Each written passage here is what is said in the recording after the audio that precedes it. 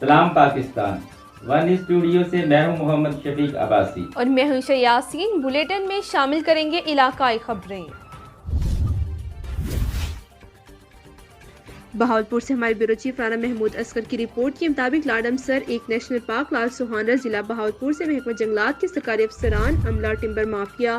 گٹھ جوڑ کی بدولت کروڑ روپے مالک کے سرکاری درخت چوری کرنے کی وارداتوں میں اضافہ۔ پولیس چوکی 42 اڈا اور رانا ساجد رینج افسر نے دوران گشت لاکھ روپے مالک کے سرکاری درختوں سے لوڈ ٹرک اور ڈالا پکڑ لیا۔ D F O National Park Lal Suhanra Bahawalpur نے لاڈم سر 1 بلاک 3 میں تعینات نوید مہر علی، فارسٹر بشیر احمد، فارسٹر اور مدثر علی فارسٹ گارڈ کو 90 دن کے لیے معطل کر کے ڈویژن آفس لال سوہانرہ میں لائن حاضر کر دیا ہے۔ مبینہ طور پر ملوث پائے گئے سرکاری افسران اور فارسٹ گارڈ اس قدر بااثر ہے کہ ان کے خلاف محکمہ جنگلات کے اعلیٰ حکام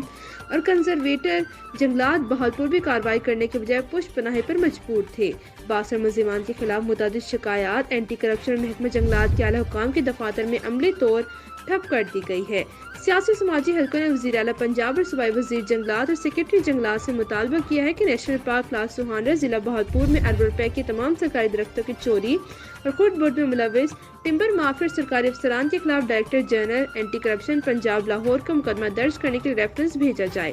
کیونکہ اینٹی کرپشن بہاولپور میں پہلے متعدد انکوائریاں سرد خانے کی نظر ہو چکی ہیں۔